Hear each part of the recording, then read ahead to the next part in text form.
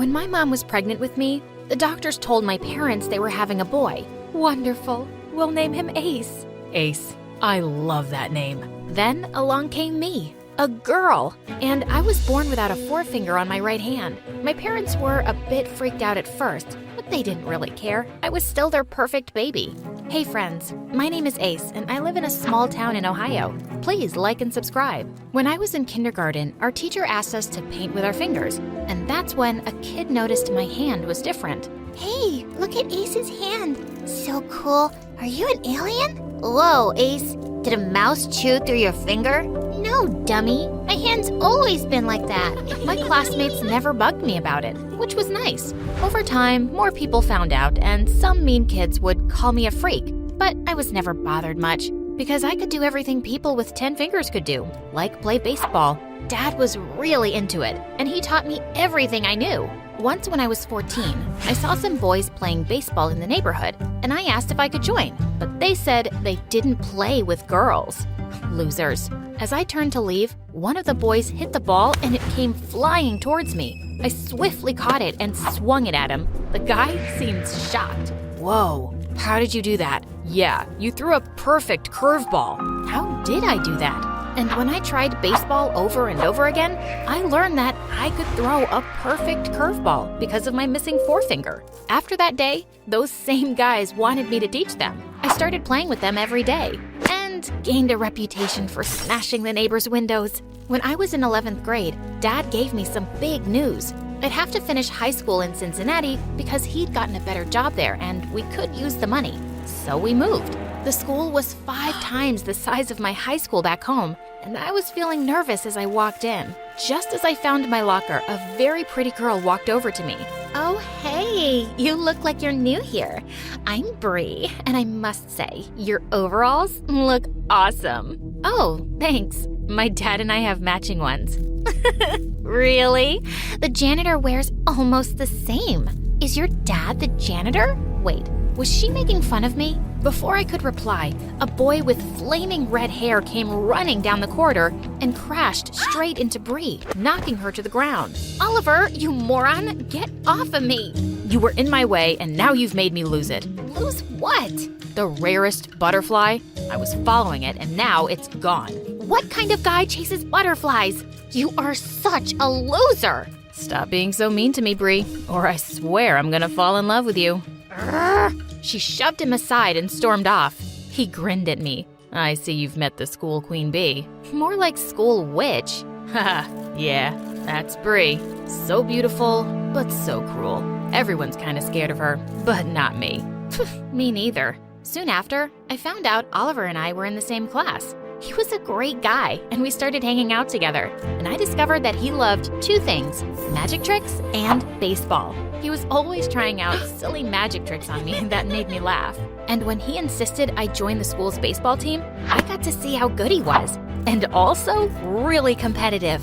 One day in the cafeteria, Oliver was showing me a new card trick when Bree and her minions came by. You guys make the perfect weirdo couple. Miss Nine Fingers and Mr. Tomato Head. Having a bad day again, babe? I'll give you a hug if you don't mind the weird smell of my t-shirt. Ew! And I'd never be the babe of someone like you. Do you even have any life plans, Oliver? Or are you just gonna be some homeless street magician? Hey, I make plans every day. Like feed your goldfish, put on pants, annoy Bree. Why are you so worried about my future anyway? Do you see yourself in it? In your dreams, loser! And with that, she grabbed a bottle of mustard and dumped the whole thing on his head. Ketchup and mustard go together. And before I knew it, I'd flown out of my seat and attacked Bree. She screamed like a banshee when I sat on her and pulled her hair. Don't mess with my friend again. I can hurt you pretty badly with just 9 fingers, you dumb witch. That incident landed both me and Bree in detention. But I was a hero after that. No one had ever laid a finger on Bree before, and lots of kids were patting me on the back, and Oliver just couldn't get over it. That was epic, Ace. I can't forget the look on her face. I wish you'd made a video of me, dummy. Bree gave me death glares from afar every day, but I guess she backed off because she knew I could kick her butt.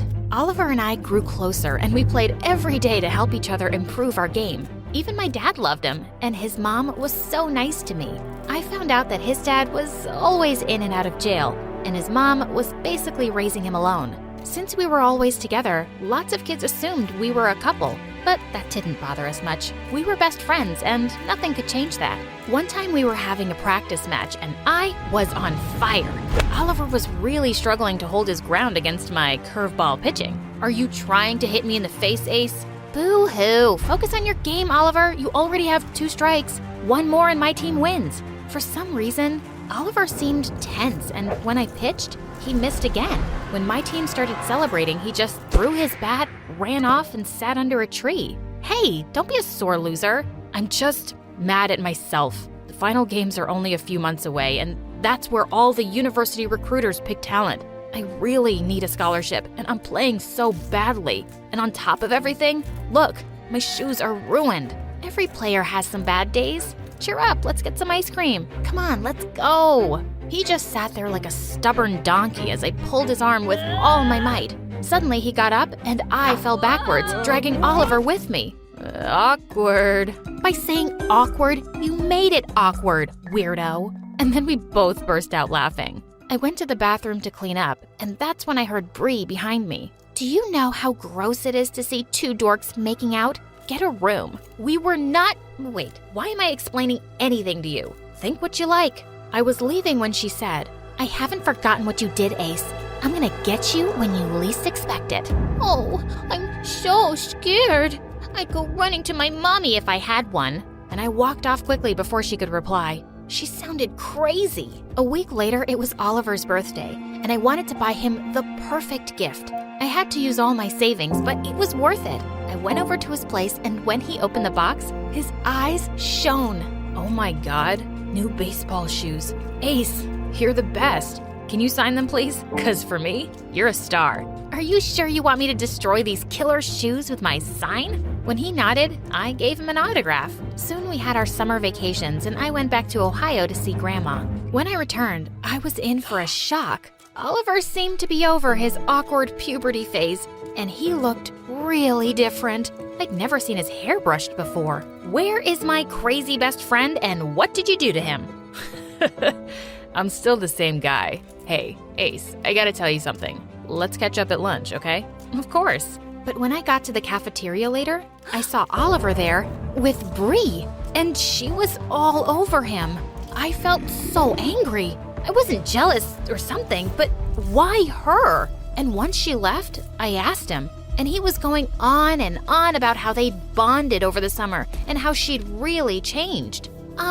Nobody. She was calling you a loser only months ago. Well, I was acting like a loser. Come on, Ace, I'm kind of into her.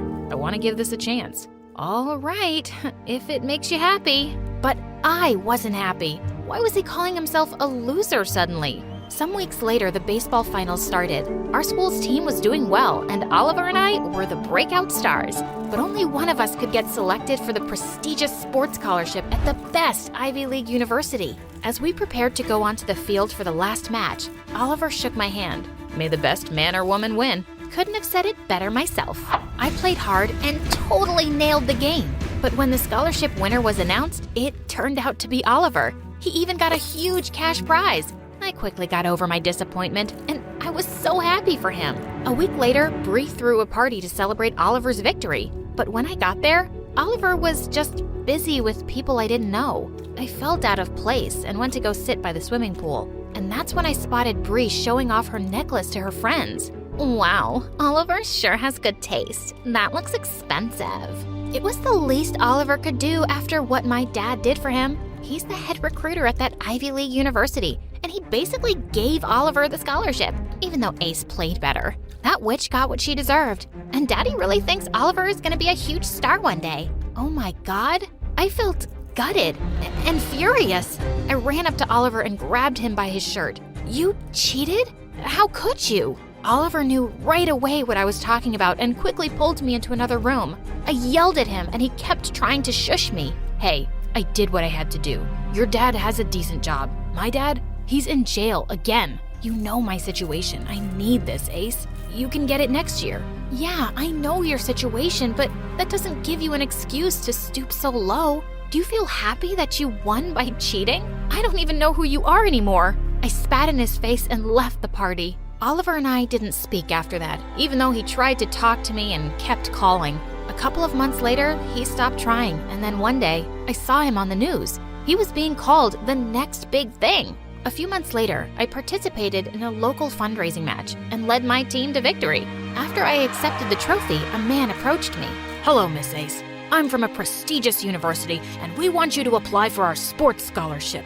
Your missing finger gives you an edge that I've never seen in any other player. No one throws a ball like that. I was excited to apply, and I got in. The opportunities my university provided me in baseball were amazing. After graduation, I got into the national women's team, and I heard how Oliver had received a huge offer from a league in Japan and had moved there. Sometime later, I met an amazing guy and fell in love for the first time. After dating for a few months, he proposed, and I said yes. One day, as I was walking into a coffee shop, I bumped into someone, and I looked up to see that it was Oliver. Oh my God, Ace. Oh, Oliver. Been a long time. I thought you moved to Japan with Bree. Yeah, I did. But things didn't go so well. Bree's with a soccer player now. She broke up with me after I had a rather serious injury. What? When did that happen?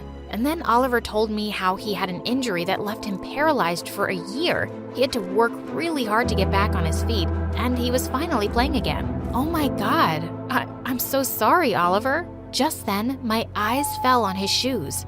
You still have these? Why? I have a game later today, and these are my good luck charm. Look, Ace, I'm so sorry for what I did. I was selfish, I was a jerk, and I was desperate. I'm not making any excuses for my behavior, though. Please forgive me.